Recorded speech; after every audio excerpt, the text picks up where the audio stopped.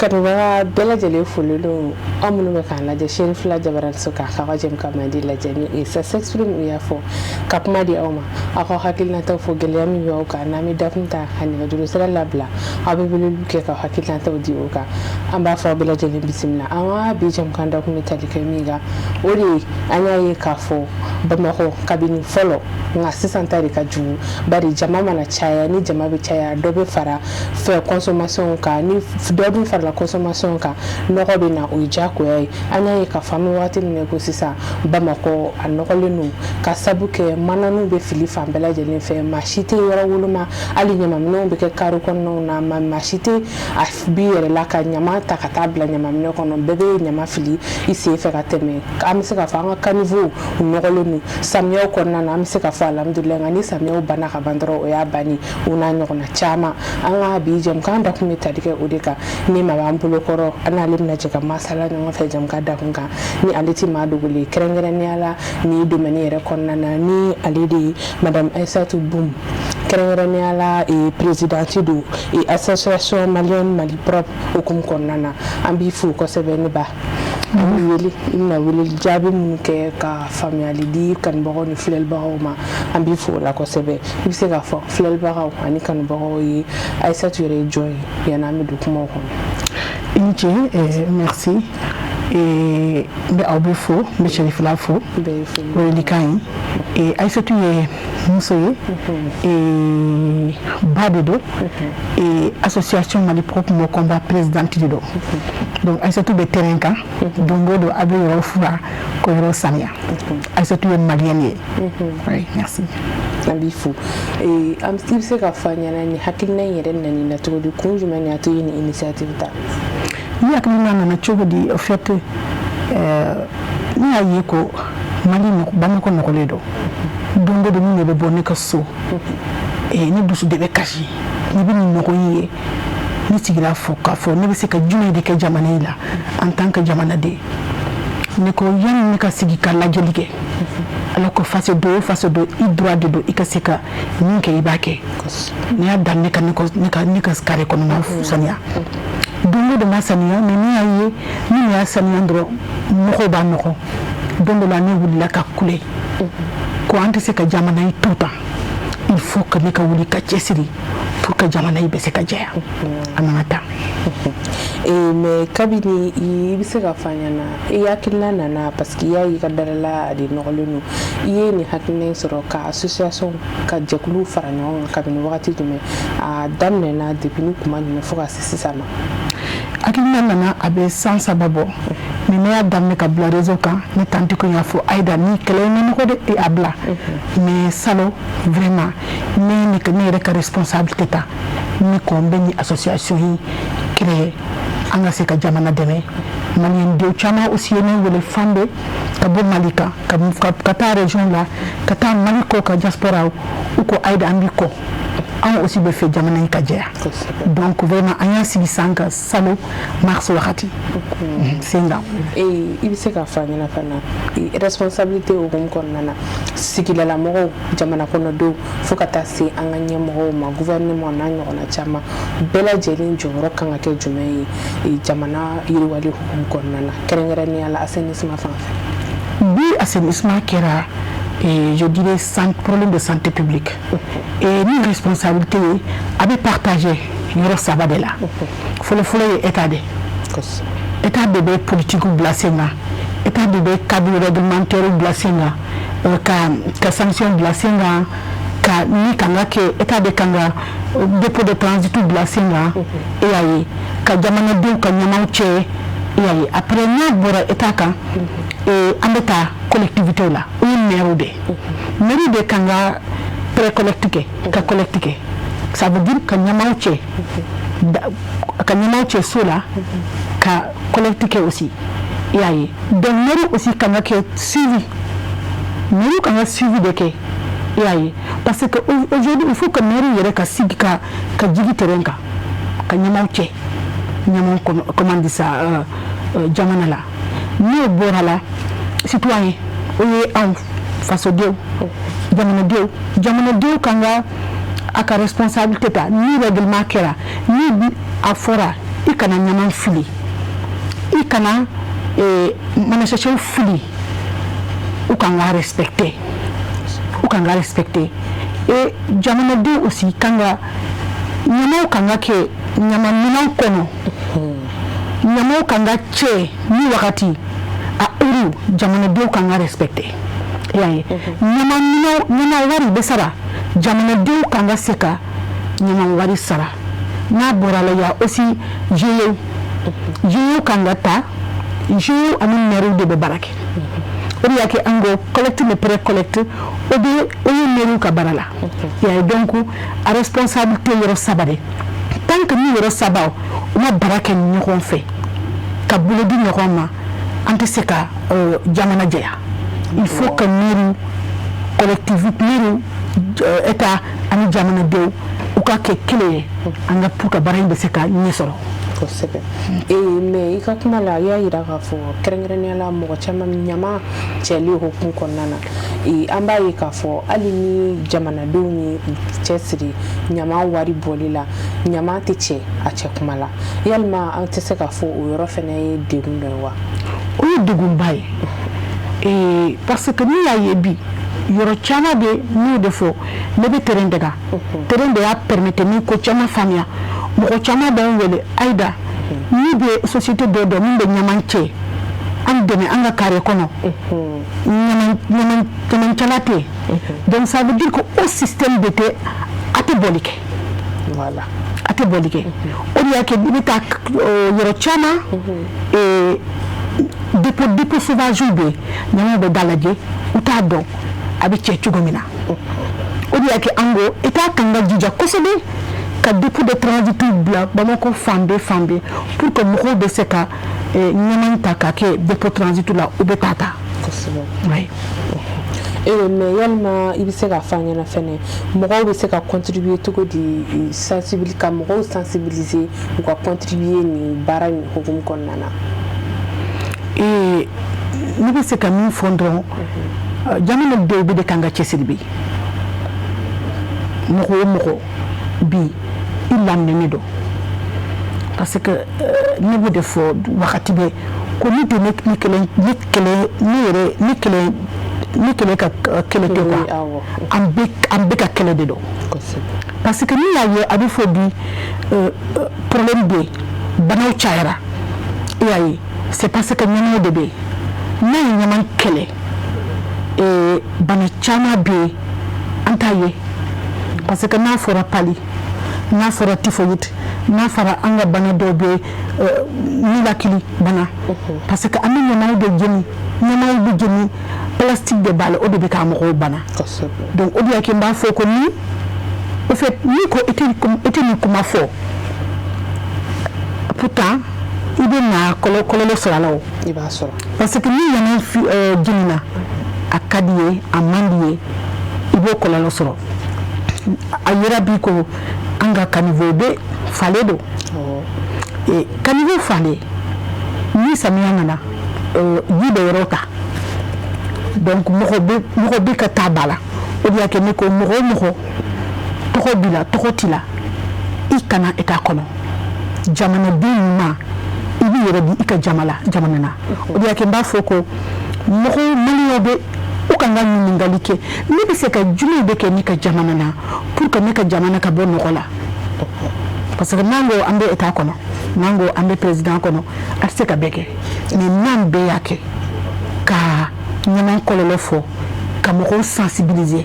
ka kuma mɔgɔw fɛ parce que a ka ca a la fɛ mɔgɔ dɔw bɛ u t'a dɔn yɛrɛ ko ɲaman ye problème ye donc o kun kɔnɔna la sensibilisation kan ka caya ka kuma mɔgɔw fɛ k'u sensibiliser ko ɲaman bɛ tan c'est pour que an b'a fɔ jamanadenw bɛ u ka nin kɛlɛ kɛ u yɛrɛ ka kɛlɛ ye pour que an bɛ se ka ɲaman kɛlɛ kosɛbɛ mais e yɛrɛ bolo sisan tɔ jamana kɔnɔdenw bɛ se ka fara gouvernement kan cogo di walasa nin baara in bɛ se ka bila sen kan i b'a dɔn jamana ne ye fɔ jamana na association bɛ yen bi n'i ye Mali compter association caman bɛ yen minnu bɛ ɲaman kɛlɛ mais an bɛɛ de bɛ dɔw bɛ yɔrɔ la dɔw bɛ yɔrɔ la an bɛɛ de disperselen don o de y'a kɛ bi pour que an bɛ se ka ni kɛlɛ in kɛ ka kase ɲama ni Aïda ni y'a décidé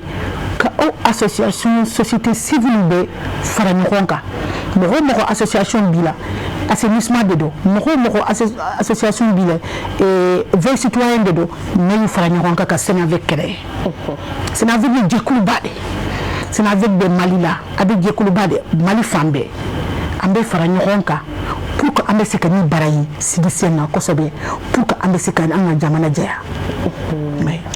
mais yalima aw ka jɛkulu sigili a ye nɔbɔ wa parce que an b'a ye k'a fɔ halisa an bɛ wagati min ko bi a ma nɔgɔ surtout an ka yɔrɔw la caniveau bɛ yɔrɔ minnu na ɲaman kɛlen don ka yen yɔrɔ ninnu bɛɛ fa yɔrɔ bɛɛ de nɔgɔlen don kɛrɛ surtout an ka gidɔrɔnw yɛrɛ a bɛɛ si kuma tɛ se ka kɛ an bɛ se k'a fɔ aw ka baara sigi sen kan ni sisan cɛ a ye nɔbɔ wa. Oui, Mali propre, parce que bi Senavec ma bara darne folo. Mais moi je peux dire que ni aye bi Bamako, moko chama be ka hagli so, ka nyaman ko yi kuma fo. Bara chama be ka ke e bara chama be senga. Parce que ni journal la de cela semaine saba eta yere politique nationale d'assainissement do blasenga. O yemi dona 4 ans sans nani Bamako kanga jea. Donc bara kanga ke et société civile mairie ani état ami fara ɲɔgɔn kan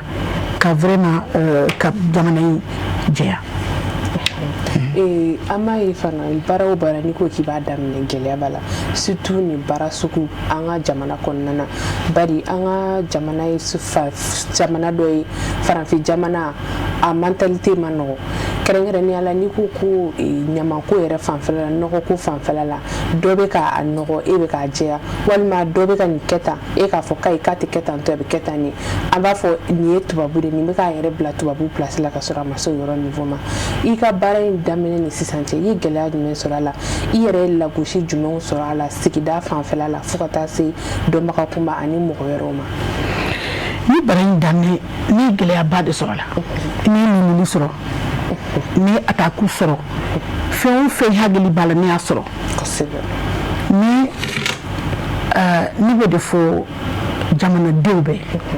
il faut que jamanadenw k'a dɔn ko ɲamanko in tɛ tubabu ko ye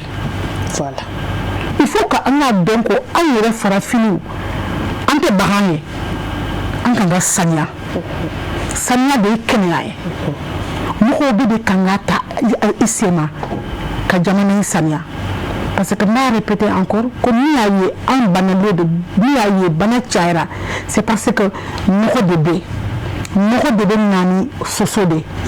bɛ bɔ mɔgɔ la ka n'a kin o de bɛ kɛ bana ye ni y'a ye a fɔra typhoïde ye mɔgɔ de bɛ taa ko de la ka n'a sigi ka dumuni kan i ka dun i bɛ bana an ka bana dɔ bɛ yen a b'i fari la sogo ta o ye mɔgɔ de ye donc ka fɔ ni attaque sɔrɔ mais i b'a dɔn hakilina kelen dɔrɔn de bɛ ne na ne bɛ se ka jumɛn de kɛ pour que an ka jamana yi ka bɔ nɔgɔ la o de y'a kɛ ni attaque ni mimili a tɛ foyi kɛ ne na ni Aïda ni ne sera ka ni jɛkulu parce que ni mɔgɔ de bɛ baara kɛ n'an sera ka changement fitinin bila jamana na o de y'an laɲini ye donc o de y'a kɛ o attaque o ko caman an t'a minɛ an tɛ hakili to a la parce que an bɛ fɛ jamana ka bɔ nɔgɔ la kosɛbɛ an b'a ye fana an bɛ wagati min ko sisan tɔ an ka réseaux sociaux bɔlɔlɔ sanfɛlaw o fana ye fɛɛrɛ ye walasa mɔgɔw bɛ se ka sensibiliser cogo min u ka nin baara in dabila e yɛrɛ la o kan ka kɛ ɲuman sira fɛ cogo di pour que nin baara in ka nɔgɔ a bɛ se ka dabila cogo min mɔgɔw ka se ka ɲama ninnu matarafa ani fana an ka ala an bɛ wuluwuluji ninnu ɲɛgɛn ji minnu bɛ bɔ ka bila fɛn na o bɛɛ lajɛlen bɛ se ka kɛ sababu ye ka na ni nɔgɔ ye ka wuluwuluw bila kare kɔnɔ o n'a ɲɔgɔnna caman mɔgɔw bɛ se ka sensibiliser o sira fɛ cogo di bari kanali yɛrɛ la an bɛ don min na ko bi sensibilisation telima an bɛ se ka fɔ o ye réseaux sociaux de i hakilina ye jumɛn o la. ne hakilina ye jumɛn au fait bi mɔgɔ tɔgɔ b'i la réseau sanfɛ i kan ka i ka ɲamanko sensibilisation kɛ i tɛ dɔrɔmɛ ɲini jamana la parce que ne b'o de fi ne b'a fɔ bi chef fila la depuis ne ye nin baara in daminɛ ma deli ka mugan ɲini ministère la ma deli ka mugan ɲini gouvernement la ne y'a kɛ parce que a ka di n ye parce que ne kanga ni jamana deme ou bien que moko toko bila moko vie bila réseau santé i kanga vidéo doké ka jamana de sensibiliser ka fouiller ou kana dominiquer surtout ibe kodoye bamako dongodo ibe doye gorobine do ou bien wartigi do abake aka mobile kono ka jishache mindron ka fili goudron ka furani ou kana donc goudron moko de ba fura awo desi meri du district de Bafra ou kana sabali ka jini ndron ka fili o comportement nyumaye jamana do de kanga yelema et jamana do de kanga responsabiliser ne ka jamana do ne kana no parce que ne bo defo jamana de chama be voyager malila ba donc ni bora malila kata yore utake donc mogo be réseau kan mbele likanke ou ka sensibilisation ke pour que anga bo ni ko hina et toi comment là c'est ça il y a comment restera et ta ku fan pelama yalma iya ira ka fo ima de ka de menini mais depuis bara indam na foka c'est ça ou de la ka de me dossier ama parce que ya ka fo ni hakil na mani akanga kokorma do et ni wakati mbe malien ni be mali pour la bi ni on de me fo ni wakati même mention spéciale que diaspora là parce que un serait activité plus sigisenga diaspora de warbla kana malien mun de koka kan deme pour que ambese kani activité ok un serait activité que depuis adamena ministère aussi am deme ministère de l'environnement am fo yam deme techniquement yam deme aussi avec matériel d'eau mais matériel te bolike parce que wakati be ambe moko do soro mun daw ngone aida ambe feka anga yoro sania mais na yoro franc ante moko soro ni nyamanje do la ambe mairie du district aussi faux wakati chama ambu wele amba fuye uka keso blakana wakati chama aussi ambu uba blakana le colonel wele mais wakati dobe uba foko keso te bolike donc am ko be deme de la ka matériel so pour que amé se kani bara injase na bosé et keso o kesi baye ni nancem yoro fende be uba blabla ibu yeno ni bora do uba blabla wa dara amé activité ko amu wele ou aussi matériel te bolike uba faut vraiment te bolike sinon wakati chamamba uba deme okola donc si ça non sera ko o matériel soro ka camion soro amé se ka miri district deme pour que bara injase ka tulia mais on l'a fait non ni assainissement mais il en faut ça que chaque dimanche baby ka quartier que la sanoya ba mako konnana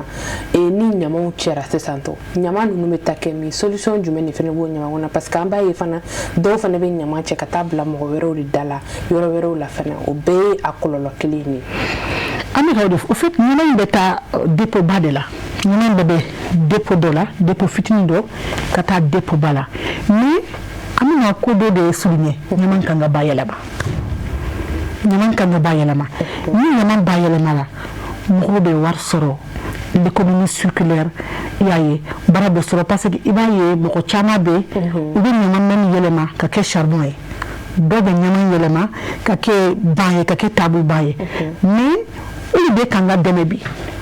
voilà il be kanga demen parce que tant que nyama bayelema ante de ni ko ila amanoko tant que nyama bayelema parce que ni yaye bamako fambe nyamaye fambe nyamaye mate mine de kanga ni kadi kanyamanche nyamamba de betu toto no yorobe kuli nyamanche kanyani ni de nyamamba yelema ka fanga bima ku subventionner pour que nyamamba se ka bayelema eta yere ka hadina ni ka izin ba daile nyamamba bayelema yoromina ambo wuri dake ko sebe mais fana amse ka fo yalma plastique nu olu fana te nyama chayali kozi do fene wa fere jume mi se ka so plastique ko hukum konona na dino de nebe bo ni bo defo ni ko biere anga nyamai ni ayi achara plastique de do manan de do donc plastique de bayelama mais amu eta wele uka fere ni pour que plastique ba se que interdit ou quoi interdit moko ka plastique produit chamai plastique de produit surtout jinanani nous be se ka vraiment kele ambe se ko remplacer b'a ye dongo do yɔrɔ bɛ fura mais ni taara rond-point de la i b'a ye u b'a min dɔrɔn ka fili voilà donc an ka solution ɲini pour que plastique a ka ba yɛlɛma ou bien plastique a ka interdit an ka jamana na parce que jamana caman bɛ bi plastique tɛ mais pourtant u b'u ka vie la parce que n'i y'a ye bana caman bɛ bi an ka bana caman bɛ plastique de y'a cause ye parce que i ye maliyɛn den ye a bɛ minɛ fina ta ka dumuni k'a la ka dun n bɛ fɛ k'a f'u ye o ye poison de parce que o plastique a bɛ dilan ni pétrole de donc an bɛ ɲini u ko o jogo dabila parce que a tɛ foyi suma ni kɔlɔlɔ tɛ bana caman bɛ yen cancer ni bana caman plastique de b'a kɛ u b'a sɔrɔ. kosɛbɛ an b'a ye fana plastique ko hukumu kɔnɔna na n'i y'a ye k'i b'a fɔ k'i bɛ a fɛn ninnu kɛlɛ kɛ i b'a sɔrɔ mɔgɔ caman de bɛ k'u kɔkɔrɔma don i y'a fɔ ko an bɛ wagati min na ko sisan tɔ mɔgɔw bɛ ka fari kan mɔgɔw bɛ k'a lakodɔn sa caman fana bɛ k'a kɛ mais yalima ni e y'a initiative ta ka hakilina ta k'i bɛ taa yɔrɔ wɛrɛ an b'a daminɛ Bamakɔ la yan fɔlɔ Bamakɔ ta o ye nɔbɔ ka se niveau dɔ ma fɔlɔ k'i bɛ n'a fɔ k'i bɛ se ka taa localité wɛrɛw fana la ko ka taa kɛ ni o y'an ka région ye wa. En fait Bamakɔ an bɛ k'a ye ko n'o bɛ ka bɔ dɔɔni dɔɔni n'i bɔra bi Bamakɔ i b'a ye yɔrɔ bɛ fura et tout an b'a dɔn aussi ka tagalen ɲan fɛ n'Ala sɔnna dans les jours à venir aw bɛna ye ko caman bɛ changer mais il faut k'an k'a dɔn ko Mali tɛ Bamakɔ dɔrɔn dɛ. Parce que région kɔnɔ mɔgɔ caman dun bɛ ne wele madame Aïda an bɛ fɛ ka don i ka tɔn la an bɛ fɛ ka don i ka kɛlɛ la donc n'an y'a to Bamakɔ dɔrɔn maliyɛn dɔw bɛ dimi dɛ u b'a fɔ u bɛ fɛn o fɛn dɔrɔn u b'a kɛ Bamakɔ la donc o de y'a kɛ an laɲini ye ka nationaliser parce que ni Bamakɔ saniyara Segu kan ka saniya Sikaso kan ka saniya Kulikɔrɔ kan ka saniya donc o de y'a kɛ an ko Sinavec o ye vraiment coordination nationale de toutes les associations pour que yɔrɔ bɛɛ baara in bɛ se ka kɛ yɔrɔ bɛɛ la.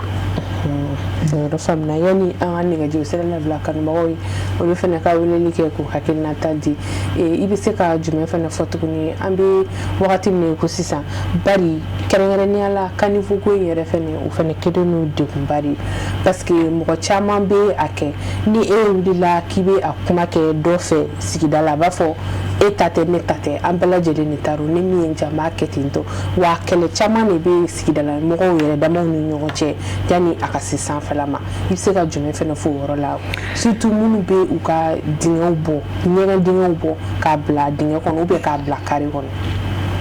An bɛ fɛ ka min fɔ jamanaden dɔrɔn ko u k'a dɔn ko jamana ye an ta ye mɔgɔ si ka droit tɛ mɔgɔw bɛ na ko an b'a saniya i b'a fɔ ne ta tɛ e ta tɛ jamana ye an bɛɛ de ta ye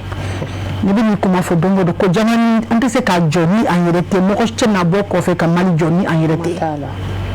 maliyɛn bɛɛ k'a dɔn ko mɔgɔ si ka droit tɛ loi de bɛ au fait mɔgɔ si ka droit tɛ mɔgɔ o mɔgɔ i ye so jɔ i kan ka lavandière dilan i kan ka wuluwulu dingɛ dilan i ka droit tɛ o yɔrɔnin an b'a fɔ jamanadenw ma u k'o jugu ni u k'a dabila parce que hali na Mali kura mɔgɔ tɛ na Mali kura in dilan ni an tɛ koyi a bɛ daminɛ ni nɔgɔ ko in ani ɲaman ko in de la o yɔrɔnin an bɛ état wele an mɔgɔ bɛ bi brigade de la brigade minnu bɛ dun carré kɔnɔ ka fɔ mɔgɔw ye ka sanction bila sen kan parce que an y'o de fɔ Mali kura saniya an b'a sensibiliser an bɛ action kɛ suivi bɛ kɛ mais tant que sanction ma bila sen kan an tɛ avancer o de y'a kɛ an bɛ état wele olu de bɛ se ka o baara kɛ u ka brigade sigi sen kan maliyɛnw k'a faamuya ko état kan ka dɔ kɛ ne ye mais ne kan ka dɔ kɛ état ye voilà ne ka droit ye min ye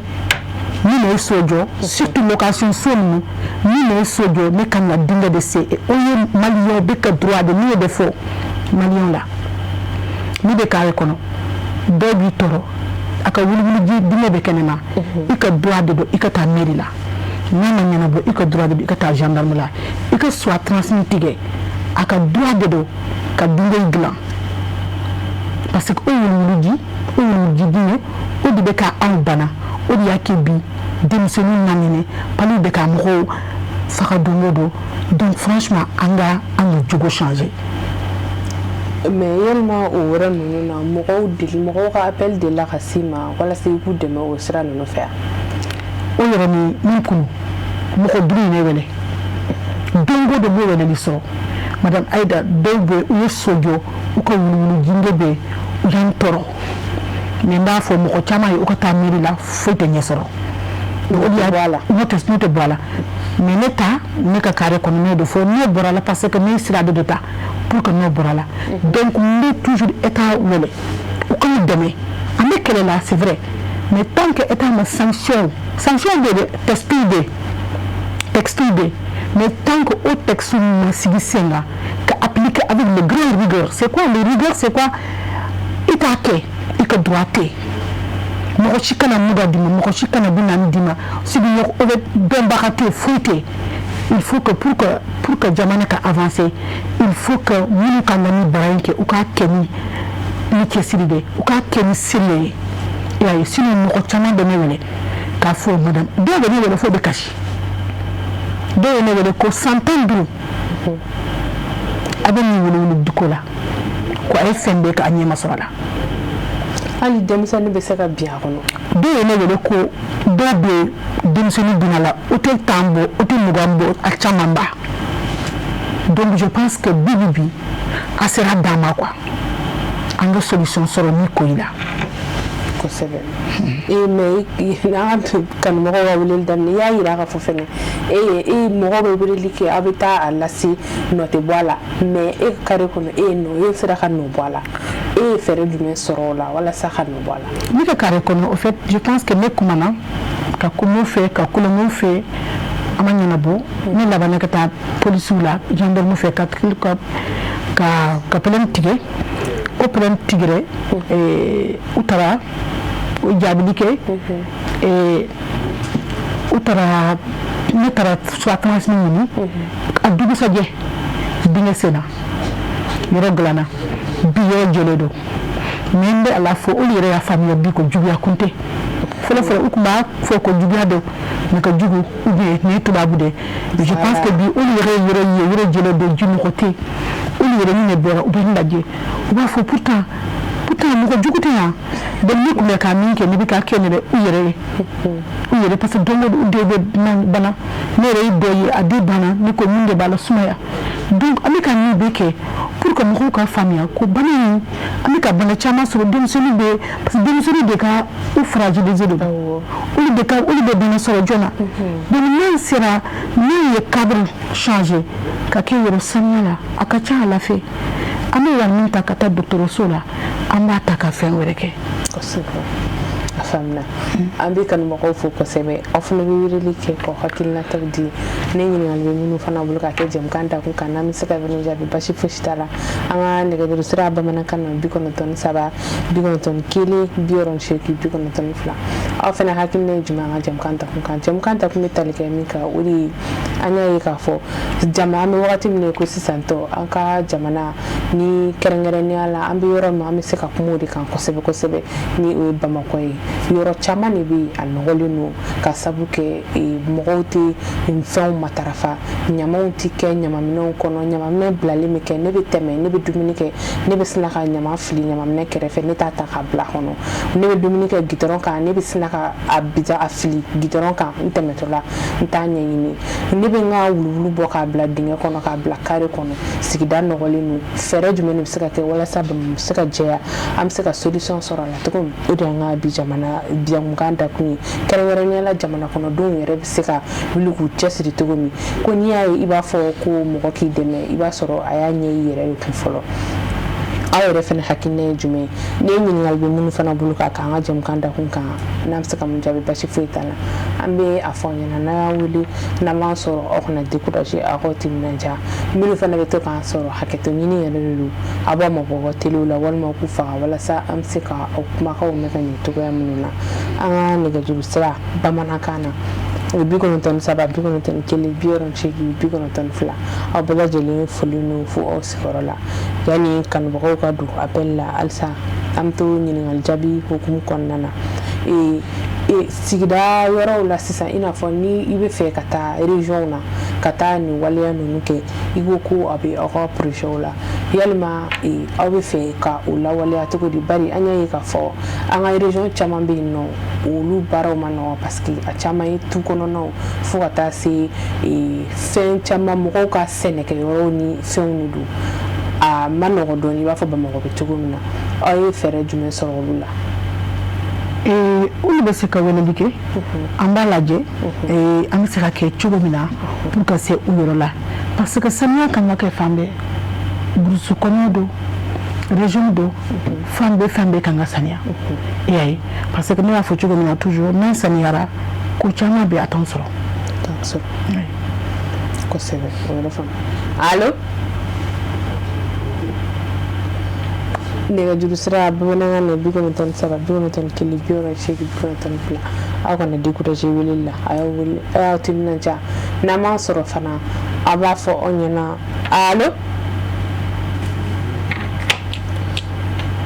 halisa an bɛ to jɛmukan dakun hukumu kɔnɔna de la i yɛrɛ fɛ sisan tɔ mɔgɔw bɛ se ka sensibiliser an y'a ye k'a fɔ sensibilisation bɛ se ka kɛ bɔlɔlɔsiraw sanfɛla la a bɛ taa olu kɔnɔnaw la a bɛ se ka taa fan fɛnɛ jumɛn fɛnɛ fɛ kɛrɛnkɛrɛnnenya la ni i ko ko sisan tɔ ko i bɛna kɛ i bɛ se ka jumɛn fɛnɛ fɔ o yɔrɔ la surtout jamana kɔnɔdenw yɛrɛ u bɛ se ka sensibiliser sira min fɛ an bɛ ka i y'a kɛ bɔlɔlɔ sira fɛ an bɛ ka kɛ médiation fɛnɛ la sisan tɔ i n'a fɔ média sira fɛ i bɛ se ka jumɛn fɔ o yɔrɔ fɛnɛ na. Sensibilisation bɛ se ka kɛ porte à porte i bɛ se ka kɛ bɔlɔlɔ sira la et en même temps bi an ye initiative ba de sɔrɔ an bɛna sensibilisation kɛ ani caravane de an bɛna le 7 mai an bɛna caravane ba de lancer awɔ ka taa suguw kɔnɔ ka don carreaux la ka taa école la ka jamanadenw sensibiliser ka kuma fɛ ka ɲaman kɔlɔkɔlɔ f'u ye ka ɲaman kan ka entretenir cogo min na ɲaman bɛ kɛ ɲamanminɛn kɔnɔ ni ɲaman kɛra ɲamanminɛn kɔnɔ ɲaman kana bɔn kɛnɛma ka f'u ye aussi ɲaman tɛ kɛ wuluwulu dingɛ kɔnɔ ni ɲaman ta kɛra wuluwulu dingɛ kɔnɔ a bɛ taa ba de la parce que bi n'i taara ba la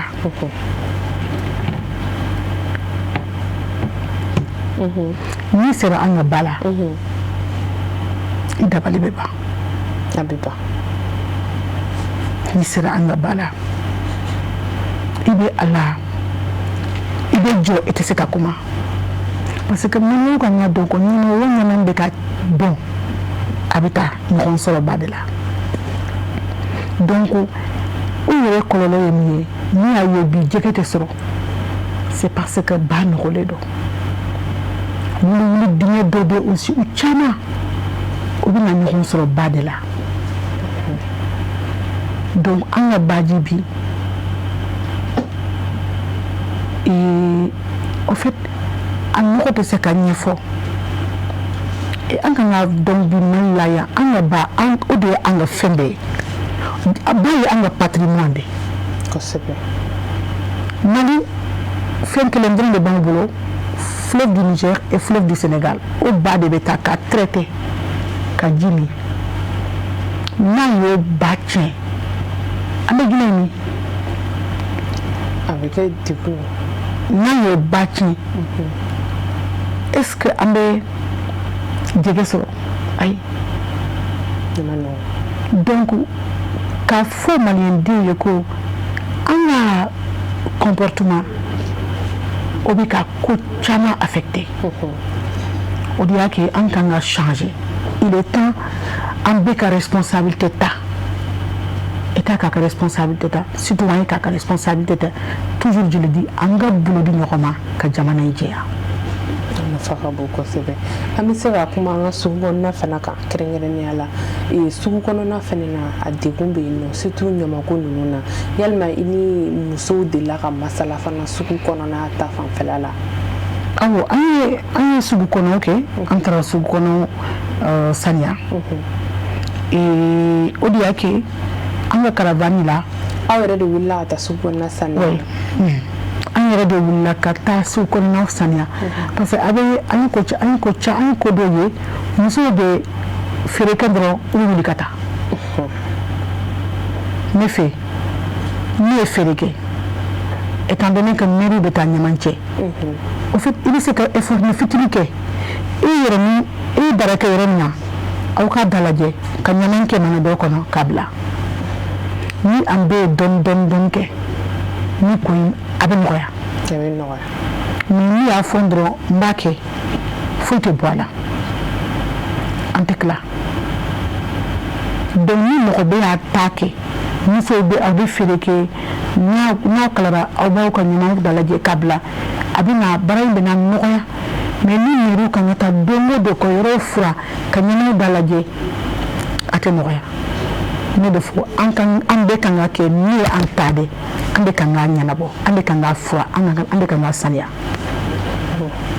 mais yalima i ka initiative ninnu i kelen don ka envisager kɛrɛnkɛrɛnnenya la ka jeunes don a la parce que an bɛ taa carré kɔnɔ caman na i bɛ taa sɔrɔ sigida jeunes sigilen bɛ u bɛ tɛ wuli ni gɛrɛsigiw de la ko parce que baara tɛ yen nɔ a don ɲɔgɔnna caman bɛ yen nɔ yalima i kelen don ka envisager k'olu fana don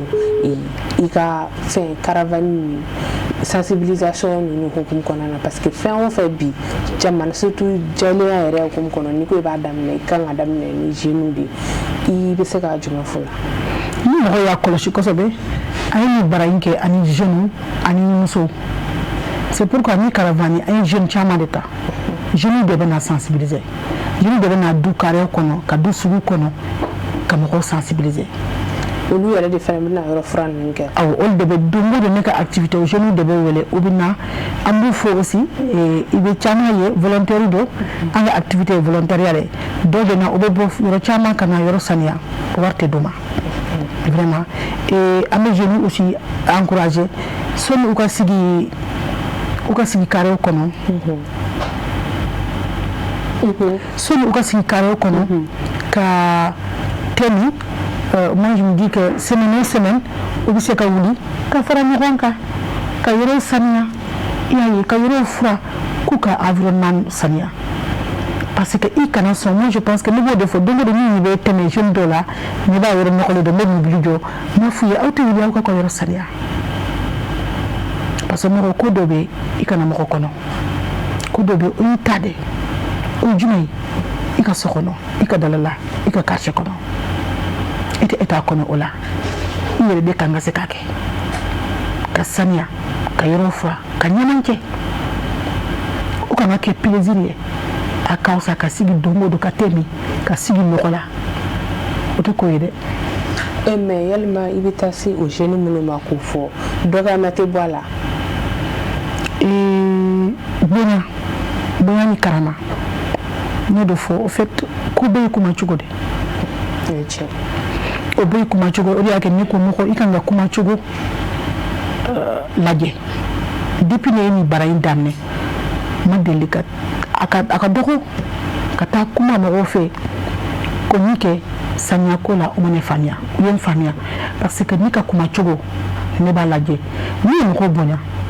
parce que dɔw bɛ u bɛ sigi mɔgɔ kɔnɔ u t'a dɔn ko kɔlɔlɔ b'a la n'i bɛ kuma ni mɔgɔ ye i b'a kuma cogo lajɛ n'i ye mɔgɔ kuma ni mɔgɔ ye ni bonya ni karama ye a bɛ jaabi ni bonya ni karama ye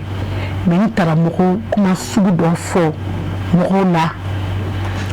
dɔgɔyama bɛ bɔ a la dɛ donc n bɛ jeunes fo u ye n faamuya u caman yɛrɛ bɛ n wele même dans les universités n bɛ conférence kɛ an bɛ activité kɛ ɲɔgɔn fɛ.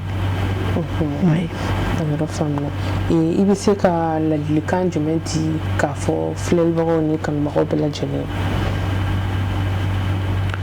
n bɛ se ka min fɔ jamanadenw ye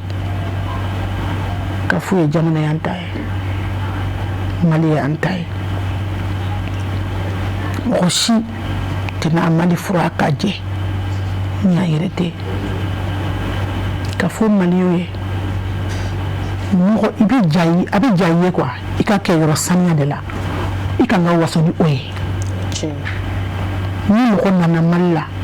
parce que mɔgɔ o mɔgɔ i bɛ wuli k'a fɔ ka jamana in ka di n ye ɲama i tɛ se ka sɔn i ka dalala ka mɔgɔ ni maa fitinin dɔ b'i bolo i tɛ sɔn i ka carré kɔnɔna ka nɔgɔ ni par exemple dimanche fila n bɛ ne ka denmisɛnninw labɔ n bɛ ji san an bɛ yɔrɔ saniya me fait ka min fo malien ye an be ka kɛ responsable ye aw sigida oui dimanche o dimanche fila ne bɛ bɔ ne tɛ mɔgɔ si lajɛ a ka di ne de ne bɛ bɔ ka yɔrɔ saniya ne ni ka denmisɛnninw an bɛ kulonkɛ kɛ an bɛ yɛlɛ kɛ donc ka fo malien bɛ yen an ka saniya in ta an yɛrɛ ta ye an ka jamana in kɛ an yɛrɛ ta ye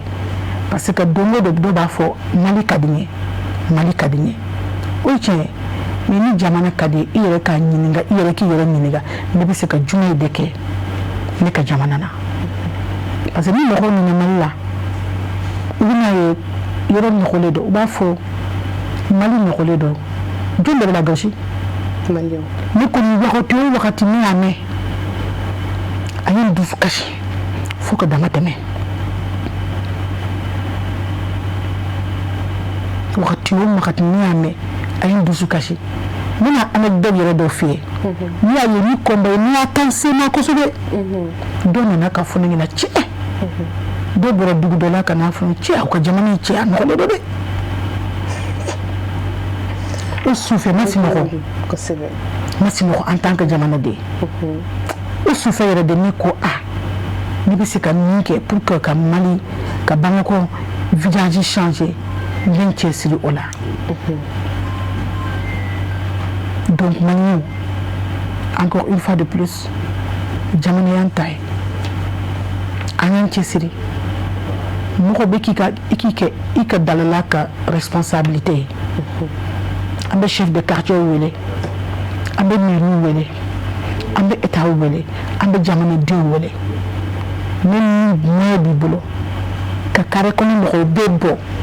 aw ka fara ɲɔgɔn kan aw ka yɔrɔ sanuya aw ka camion ta ka ɲaman k'a la ka taa kɛ dépôt ba la a y'a kɛ ni moyen t'aw bolo aussi aw bɛ se ka mairie du district wele a bɛ se k'aw dɛmɛ ka na moyen d'aw ma n'a ye yɔrɔ fura u ka droit de don u ka devoir de don n'a ye yɔrɔ fura aw b'a k'a la u bɛ na ɲaman ta ka taa n'a ye donc encore une fois de plus maliyɛn denw an y'an cɛsiri an ka jamana yi la